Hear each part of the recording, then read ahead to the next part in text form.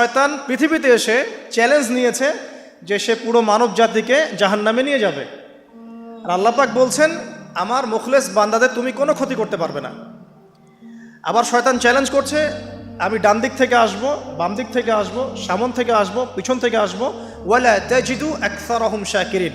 আল্লাহ, আপনি বেশিরভাগকেই শুকরগুজার পাবেন না, যেটার বাস্তব প্রতিফলন আমরা এখন দেখছি।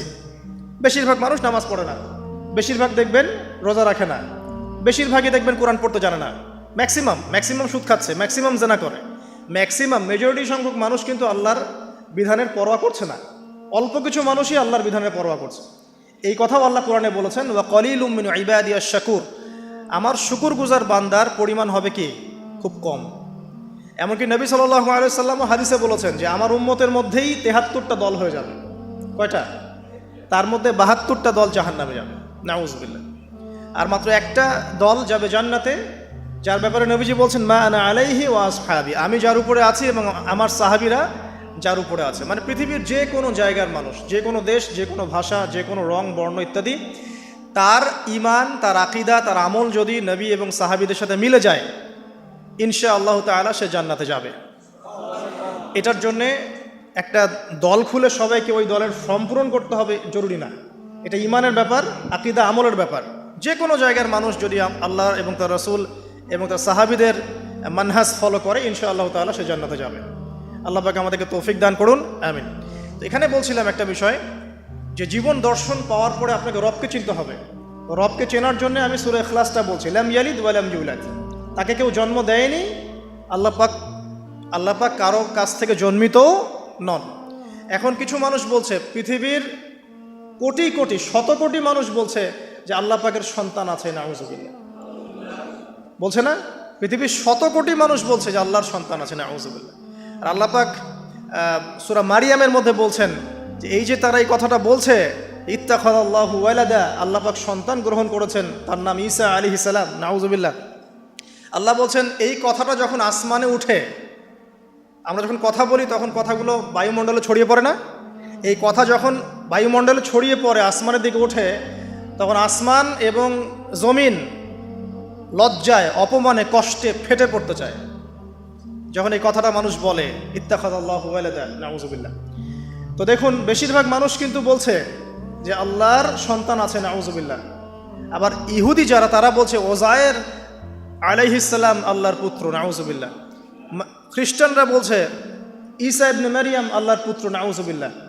এখন আমরা যে একটা কথা বলি না, যে বেশিরভাগ মানুষ যা বলবে সেটাই সঠিক, তাহলে কি এই বেশিরভাগ মানুষ যে বলছে আল্লাহর সন্তান আছে এটা সঠিক? তাহলে এখানে কিন্তু এই কনসেপ্টটা টিকছে না। বেশিরভাগ মানুষ যা বলবে তা সঠিক হবে তখনই যখন তাদের কথা কুরআন সুন্নাহর মানদণ্ডে হবে। যদি বেশিরভাগ মানুষ বলে হ্যাঁ সুদ হারাম, অবশ্যই হারাম, বিকজ কুরআন সুন্নাহ এটা হারাম করেছে। যদি বেশিরভাগ মানুষ বলে সুদ হালাল, আপনি কি করবেন? মানবেন? যদি বেশিরভাগ মানুষ বলে মদ হালাল, জিনা হালাল, হ্যাঁ, তাহলে এই যে একটা কনসেপ্ট চালু হয়ে গেছে আমাদের মধ্যে, এটা কিন্তু ডেমোক্রেসি না, এটা ডেমোক্রেসির ভুল ব্যাখ্যা। হ্যাঁ, বেশিরভাগ মানুষ এর কথা, মতামত কখন গ্রহণযোগ্য হবে? যখন সেটা আল্লাহ পাকের ঐশী গ্রন্থের আলোকে হবে, তখন অবশ্যই নিঃসন্দেহে এটা গ্রহণযোগ্য হবে। কিন্তু যদি বেশিরভাগ মানুষ আল্লাহ এবং তার রাসূলের বিধানের বাইরে কথা বলে, হালাল করে দেয় মদকে, জেনাকে হালাল করে দেয়, আপনার এই যে পর্নোগ্রাফিকে হালাল করে দেয়, সুদকে হালাল করে দেয়, তাহলে কি আমরা হালাল মেনে নিব? যদি মেনে নেন তখন কিন্তু আপনি আল্লাহ পাকের সাথে শিরক করলেন। এটা সূরা তাওবার 31 নম্বর আয়াতে পড়ে দেখবেন, লাম ইয়ালিদ ওয়া লাম ইউলাদ, আল্লাহ পাক কাউকে জন্ম দেননি, কারো কাছ থেকে জন্মিতও নন। ওয়া লাম ইয়াকুল লাহু কুফুয়ান আহাদ, এটা আরো ম্যাসিভ। আল্লাহ পাকের সমতুল্য কিচ্ছু নাই। মানে কোনো কিছু যদি আপনার চিন্তায়ও আসে যে এটা আল্লাহর সমকক্ষ হতে পারে, নাউযুবিল্লাহ, সাথে সাথেই ওই কনসেপ্টটা বাতিল করতে হবে। কারণ আল্লাহ পাকের সমকক্ষ কিছু হতেই পারে না। কিছু মানুষ আছে, মুসলিমদের মধ্যেও দেখা যায় যে আল্লাহ পাকের গুণ এবং আসমা ও সিফাতগুলোকে মানুষের সাথে তুলনা করছে না? অনেকেই বলেছে যে আল্লাহ পাকের হাত এই যে আমাদের হাতের মতো, নাউযুবিল্লাহ। এইসব কথা বলা যাবে না। অনেকে বলেছে আল্লাহ পাকের পা মানুষের পায়ের মতো, আল্লাহ পাকের চেহারা মানুষের চেহারার মতো। অনেক ফিলোসফিক্যাল বই আমরা পড়েছি, এগুলোতে অনেক মানুষ এই কথাগুলো লিখেছে, এগুলো সম্পূর্ণ বাতিল আকীদা। লাইসা কামিসলিহি শাই, আল্লাহ পাকের মতো কিছুই নাই, কোনো কিছুই তার সাথে সাদৃশ্যর হওয়ার যোগ্য নয়। তো এখানে যদি কোনো মুসলিম এরকম আকীদা পোষণ করে থাকে, এটাও একটা বাতিল আকীদা হবে। সামনে আসেন, আল্লাহকে চিনতে হলে আপনাকে আরেকটা আয়াত আমি শোনাচ্ছি, ইনশাআল্লাহ এটা যথেষ্ট হবে। আল্লাহ রাব্বুল আলামিন বলছেন, আল্লাহ পাক, লা ইলাহা ইল্লাহু, আল্লাহ পাক তিনি, যিনি ছাড়া কোনো ইলাহ নাই। আল্লাহু লা ইলাহা ইল্লাহু আল হাইয়ুল কাইয়ুম, তিনি হাই এবং কাইয়ুম, হাইয়ুন কাইয়ুম, চিরঞ্জীব চিরস্থায়ী। চিরঞ্জীব মানে কি? মানে যখন কিছু ছিল না আল্লাহ পাক ছিলেন, যখন কিছু থাকবে না আল্লাহ পাক থাকবেন। সময়ের ঊর্ধ্বে আল্লাহ রাব্বুল আলামিন, সময়ের চেয়ে অনেক ঊর্ধ্বে, বরং সময় তো আল্লাহই সৃষ্টি করেছেন, আর আমরা সবাই সময়ের মধ্যে পড়ে আছি। আমাদের এখানে দিন রাত যেমন আল্লাহ রাব্বুল আলামিনের কাছে এমন নয়, মোটেই এমন নয়, বরং কিয়ামতের দিনটাই হবে আল্লাহ পাকের হিসেবে আমাদের দিনের চেয়ে 50,000 বছরের সমান। তাহলে এই সময়ের যে একটা আমরা গোলক ধাঁধায় পড়ে আছি, এক একটা গ্রহের সময় এক এক রকম, এক একটা গ্যালাক্সিতে সময় এক এক রকম। আল্লাহ পাক এগুলোর ঊর্ধ্বে, চিরঞ্জীব চিরস্থায়ী। আপনারা যারা সায়েন্সে পড়েছেন, আপনারা ওই যে আইনস্টাইনের সূত্র পড়েছেন না, যে সময়ের আলোর বেগে যদি কোনো বাহন ছুটে মহাকাশে, তাহলে পৃথিবীতে দেখা গেল একজনের বয়স 25, ও মহাকাশে 25 বছর ঘুরে আসলো, এসে দেখেছে, আবার পৃথিবীতে এসে দেখলো তার ওই ভাই যার বয়স 25 ছিল তার বয়স এখন 50, কিন্তু ওই বেচারার বয়স কিন্তু 25ই থেকে গেছে। এই সূত্রটা জানেন না? তো সময় কিন্তু সব জায়গায় একরকম নয়, এখানে অনেক ব্যাপার আছে। আল্লাহ রাব্বুল আলামিন চিরঞ্জীব এবং চিরস্থায়ী। আল্লাহু লা ইলাহা ইল্লাহু আল হাইয়ুল কাইয়ুম লা তাখুযুহু সিনাতুন ওয়া লা নাওম। আল্লাহ পাক বলছেন তাকে তন্দ্রাও স্পর্শ করে না, নিদ্রাও স্পর্শ করতে পারে না। তন্দ্রা কি? এই যে আমাদের ঝিমুনি আসে, এটা তন্দ্রা। আর নিদ্রা কি? আমরা যেটা ঘুমিয়ে যাই, এটা নিদ্রা। তো নিদ্রাকে বলা হয়েছে মৃত্যুর ভাই। এই কারণে জান্নাতে মানুষ যখন যাবে তাদের ঘুম হবে না, মানে জান্নাতে কোনো ঘুম নাই, কারণ ঘুম হচ্ছে মৃত্যুর ভাই। তো আল্লাহ পাককে ঘুমও স্পর্শ করতে পারে না এবং ঝিমুনি তন্দ্রাও স্পর্শ করতে পারে না। এমন একটু চিন্তা করে দেখেন, এই লক্ষ কোটি বছর ধরে যে মহাকাশ চলছে সৃষ্টির পর থেকে, আল্লাহ রাব্বুল আলামিন একটা মুহূর্ত সময় কি রেস্ট নিয়েছেন? একটা জাররা পরিমাণ সময় কি তিনি রেস্ট নিয়েছেন? তাহলে সেই মহান সত্তা, যিনি এক জাররা পরিমাণ সময়ও তার ক্লান্তি বোধ হয় না, তার কোনো ঘুম আসে না, তার কোনো তন্দ্রা স্পর্শ করে না, তা আমরা সেই আল্লাহর বান্দা হয়ে কি আল্লাহর বিধান বা তার আনুগত্যের বাইরে যাওয়া ঠিক হবে? এটা সহজ। আল্লাহকে চিনতে শিখুন। আল্লাহ পাক কে? আল্লাহ রাব্বুল আলামিন তো এমন একজন সত্তা যে আপনি সারাটা জীবন আল্লাহর বিপক্ষে চলেছেন, আজকে 2 রাকাত নামাজ পড়ে যদি তওবা করে ফিরে আসেন, ইমিডিয়েটলি আল্লাহ পাক আপনাকে মাফ করতে পারেন। আবার আপনি সারা জীবন ভালো কাজ করেছেন, শেষে গিয়ে এমন একটা কথা বললেন, এমন একটা কাজ করলেন, হতে পারে সেই কাজের জন্য আল্লাহ না করুক আপনার জাহান্নামের ফয়সালা হয়ে যেতে পারে। নাউজুবিল্লাহ। তো আল্লাহকে চিনতে শিখুন। তিনি আর রাজ্জাক, আপনাকে রিজিক দেন, জন্ম দিয়েছেন, সৃষ্টি করেছেন, পরিণত করেছেন, আমাদেরকে আকৃতি দিয়েছেন। আমাদের জান, আমাদের মাল, আমাদের ইজ্জত, সম্মান, পরিবার, প্রতিপত্তি, সব কিছুর মালিককে? সব কিছুর মালিক আল্লাহ রাব্বুল আলামিন। এই কনসেপ্ট যার মনে ক্লিয়ার, ইনশাআল্লাহ তাআলা তার মনে লা ইলাহা ইল্লাল্লাহ ঠিক আছে। আর যার মনের মধ্যে লা ইলাহা ইল্লাল্লাহ ঠিক আছে, ইনশাআল্লাহ সে একদিন না একদিন জান্নাতে যাবে ইনশাআল্লাহ। আসুন সামনে যাই। লা তাখুযুহু সিনাতুন ওয়া লা নাওম লাহু মা ফিস সামাওয়াতি ওয়া মা ফিল আরদ। আসমান সমূহ, এখানে আসমান একটা আসমান বলা হয়নি, পুরো আসমান সমূহ এবং এই জমিনে যা কিছু আছে সব কিছু কার? আল্লাহ। আসমান সমূহটা বোঝেন। একদিন বলেছিলাম একটা এক্সাম্পল, যে এই পুরো মহাবিশ্বে পৃথিবীর অবস্থানটা কতটুকু।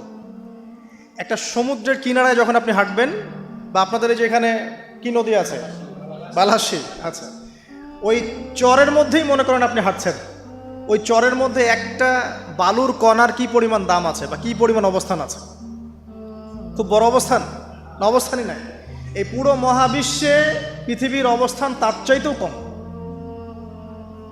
এই যে সৌরজগৎ দেখছেন, এই সৌরজগতের মধ্যে 1000টা সৌরজগৎ মিলে একটা গ্যালাক্সি হয়, আর এই হাজার হাজার গ্যালাক্সি মিলে একটা আসমান হয়। এরকম করে 7 আসমান, তার উপরে কুরসি, তার উপরে মহাসাগর, তার উপরে আরশ, তার উপরে আল্লাহ রাব্বুল আলামিন। তাহলে চিন্তা করেন যে পৃথিবীতে আমরা কতটুকু অবস্থান নিয়ে আছি। এই সমস্ত কিছু কার সৃষ্টি? আল্লাহ রাব্বুল আলামিনের। এখন সামনে আসেন, লাহু মা ফিস সামাওয়াতি ওয়া মা ফিল আরদ মান যাল্লাযী ইয়াশফাউ ইনদাহু ইল্লা বিইذনিহি। যার এত ক্ষমতা যে আল্লাহ পাকের এত ক্ষমতা, আল্লাহ পাক বলছেন কে আছে যে তার অনুমতি ছাড়া আল্লাহর সামনে সুপারিশ করতে পারে। এখান থেকে আমাদের আকীদার পরিষ্কার হওয়া দরকার আছে না? আমরা তো অনেক সময় মনে করি যে পীর সাহেব ধরেছি বাস জান্নাতে চলে যাব, নাকি আমল করার দরকার নাই, বায়াত হয়েছি বাস জান্নাতে চলে যাব, আমার আমলের দরকার নাই। এত সহজ না।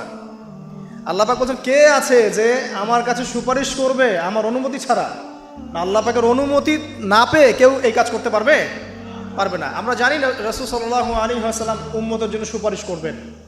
হ্যাঁ, শহীদগণ সুপারিশ করবে, এই যে হাফেজে কোরআন, আলেম, অনেক মানুষ, অনেক শ্রেণীর মানুষকে আল্লাহ পাক সুপারিশ করার এখতিয়ার দিবেন। কেন দিবেন? বিকজ আল্লাহ পাক তাদের আমলে সন্তুষ্ট এবং আল্লাহ পাক তাদেরকে সম্মানিত করবেন সবার উপরে।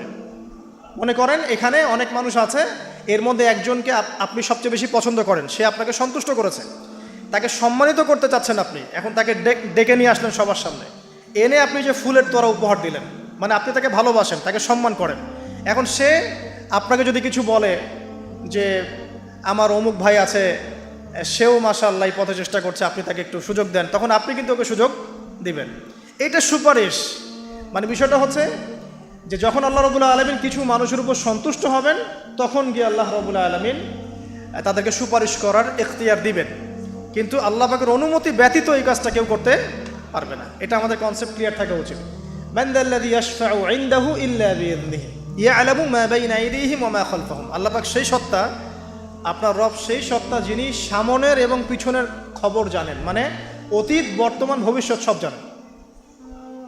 আদম আলাইহিস সালাম সৃষ্টি হওয়ার প্রথম দিন কি খেয়েছেন আল্লাহ পাক এখন জানেন। কথা বুঝতে পারছেন না? আমরা জানি? কোনো ইতিহাসের বই আমাদেরকে সলিউশন দিতে পারবে? জান্নাত জাহান্নামের ফয়সালা হয়ে যাওয়ার পরে, এটা বোঝেন, জান্নাত জাহান্নামের ফয়সালা হয়ে যাওয়ার পর জান্নাতীরা 100 কোটি বছর পরে কি খাবে, কি করবে, কি পড়বে, আল্লাহ পাক এই মুহূর্তে সেটা জানেন। ঠিক একইভাবে জাহান্নামীরা জাহান্নামে যাওয়ার 100 কোটি বছর পর তাদের কি আযাব হবে, কি পানিশমেন্ট দেওয়া হবে, ওদের অবস্থা কি হবে, আল্লাহ পাক এখনই সেটা দেখতে পারেন। তো আমরা তো আল্লাহকে চিনি না, এই কারণে আমরা আল্লাহর বিরোধিতা করি, তার নবীর বিরোধিতা করি, ইসলাম, কোরআন, হাদিসের বিরোধিতা করছি। আমরা তো আল্লাহকে চিনি না। আল্লাহ পাক বলছেন ইয়ালামু মা বাইনা আইদিহিম ওয়া মা খালফাহুম, সামনে পিছনে যা আছে, অতীত, বর্তমান, ভবিষ্যৎ সব আল্লাহ পাক জানেন। ইয়ালামু মা বাইনা আইদিহিম ওয়া মা খালফাহুম ওয়া লা ইউহিতুনা বিশাইইন মিন ইলমিহি ইল্লা বিমা শা। আল্লাহ পাকের যে মহা জ্ঞান, অসীম জ্ঞান, এই জ্ঞানটাকে কোনো কিছুই পরিব্যাপ্ত করতে পারে না। এই যে ইসলামের এগেনস্টে যত প্রশ্ন করা হয়, আল্লাহকে কে সৃষ্টি করলো, ইসলামে ওই বিধান কেন, হ্যাঁ পর্দা কেন, কেন বহুবিবাহ, কেন এইটা, কেন সেইটা, এই যে যত প্রশ্ন এখন করা হয় মুক্ত চিন্তার নামে, এটার একমাত্র কারণ কি জানেন? একমাত্র কারণ জ্ঞানের স্বল্পতা। কারণ তাদের ক্ষুদ্র জ্ঞান আল্লাহ পাকের বিশাল জ্ঞানকে পেনিট্রেট করতে পারে না। এই কারণে ওদের কাছে মনে হয় এইটা কেন, ওইটা কেন, এইটা কেন। এখানে বিষয়টা হচ্ছে যে মহান সত্তা পুরো মহাবিশ্ব সৃষ্টি করেছেন, নিঃসন্দেহে তার জ্ঞান আমার জ্ঞানের চেয়ে অনেক বেশি। এবং তিনি যে বিধানটা নাজিল করবেন, যা বলবেন, তার প্রতিটা অক্ষর নিঃসন্দেহে সত্য। এটা আমার বুঝে আসুক বা না আসুক, আমাকে আত্মসমর্পণ করতে হবে, এটা বুদ্ধিমানের কাজ। এর মধ্যে অনেক কিছুর ব্যাখ্যা আমি বের করতে পারবো, অনেক কিছু হয়তো পারবো না। যেটা পারবো সেটা আলহামদুলিল্লাহ, যেটা পারবো না ইনশাল্লাহ আগামীতে হয়তো সেটা বের হবে, হবে না? কোরআন দিয়ে প্রত্যেকটা যুগ এবং জিজ্ঞাসার জবাব দেওয়া হয়েছে না? এখন হয়তো ওয়ার্ল্ডে এমন নতুন নতুন কিছু মাসআলা এসেছে যেগুলো এখন পর্যন্ত আবিষ্কৃত হচ্ছে না, হয়তো সামনের দিনগুলোতে দেখবেন ঠিকই এগুলো আবিষ্কার হয়েছে। দেখবেন হয়তো কয়েকদিন পর যদি নাসা বলে যে হ্যাঁ জান্নাত জাহান্নাম বলে কিছু আছে, আমরা দেখেছি, ওরা এখন বলছে না মহাবিশ্ব ওইখানে প্রাণ আছে, এই আছে, সেই আছে, মানুষ বিশ্বাস করছে। কয়েকদিন পর যদি তারা এই কথাটা বলে, তখন দেখবেন সারা বিশ্বের মানুষ বিনা বাক্যে বিশ্বাস করবে।